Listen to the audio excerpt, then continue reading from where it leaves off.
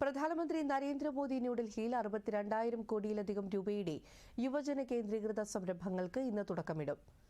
രാജ്യത്തുടനീളമുള്ള 1000 ഗവൺമെന്റ് ITIകളുടെ നവീകരണത്തിനായി പ്രധാനമന്ത്രി PM സേതുവിന് തുടക്കം കുറിക്കും. 5 ലക്ഷം ബിരുദധാരികൾക്ക് 2 വർഷത്തേക്ക് 1000 രൂപ പ്രതിമാസ അലവൻസ് നൽകുന്ന ബീഹാറിന്റെ മുഖ്യമന്ത്രി നിശ്ചയ് സ്വയം സഹായതാ ഭട്ട യോജനയ്ക്കും പ്രധാനമന്ത്രി തുടക്കം കുറിക്കും. വ്യവസായാധിഷ്ഠിത കോഴ്സുകളും തൊഴിലധിഷ്ഠിത വിദ്യാഭ്യാസവും പ്രോത്സാഹിപ്പിക്കാനായി ബീഹാറിലെ ജൻ നായക് കർപ്പൂരി താക്കൂർ സ്കിൽ യൂണിവേഴ്സിറ്റി അദ്ദേഹം ഉദ്ഘാടനം ചെയ്യും. ബീഹാറിലെ 4 സർവകലാശാലകളിൽ പുതിയ അക്കാദമിക് ഗവേഷണ സൗകര്യങ്ങൾക്ക് തറക്കല്ലിടുകയും ബിഹിത്തയിൽ NIT പട്നയുടെ പുതിയ ക്യാമ്പസ് സമർപ്പിക്കുകയും ചെയ്യും.